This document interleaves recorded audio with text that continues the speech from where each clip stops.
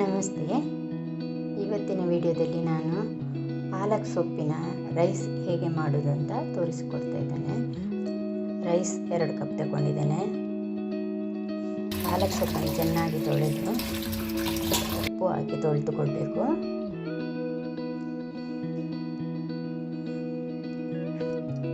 Cut ಮಾಡಿ ಜಾರಿಗೆ ಹಾಕ್ಕೊಂಡು ಸ್ವಲ್ಪ ಶುಂಠಿ, ಜೀರಿಗೆ, ಬೆಳ್ಳುಳ್ಳಿ, ಕಾಯಿ ಮೆಣಸು 2 ಸ್ವಲ್ಪ ನೀರು ಹಾಕಿ ರುಬ್ಬಿಕೊಳ್ಬೇಕು.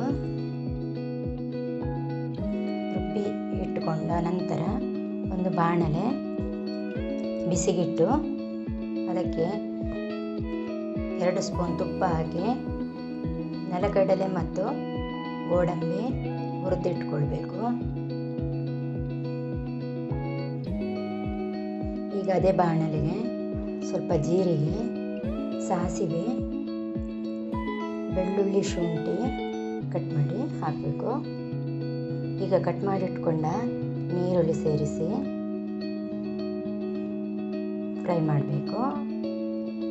ಇಲ್ಲಿ ಕೂಡ 2 ಕಾಯಿ ಮೆಣಸು ಕಟ್ ಮಾಡಿ ಹಾಕ್ಕೊಳ್ಬೇಕು.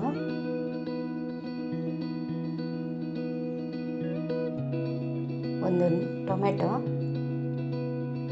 ಸ್ವಲ್ಪ ಅರಿಶಿನ ಹುಡಿ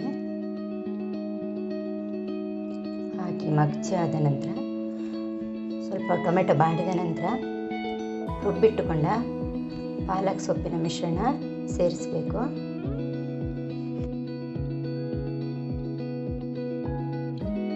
ಚೆನ್ನಾಗಿ ಕುದಿದ ನಂತರ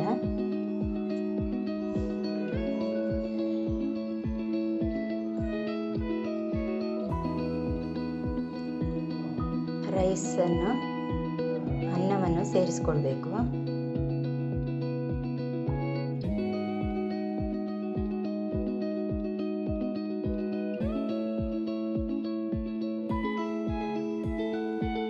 ಚೆನ್ನಾಗಿ ಮಗಚಬೇಕು.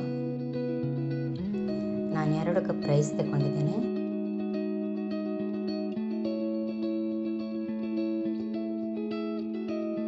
ನಂತರ ಅದಕ್ಕೆ ಫ್ರೈ ಮಾಡಿಟ್ಕೊಂಡ ಗೋಡಂಬಿ, ನೆಲಗಡಲೆ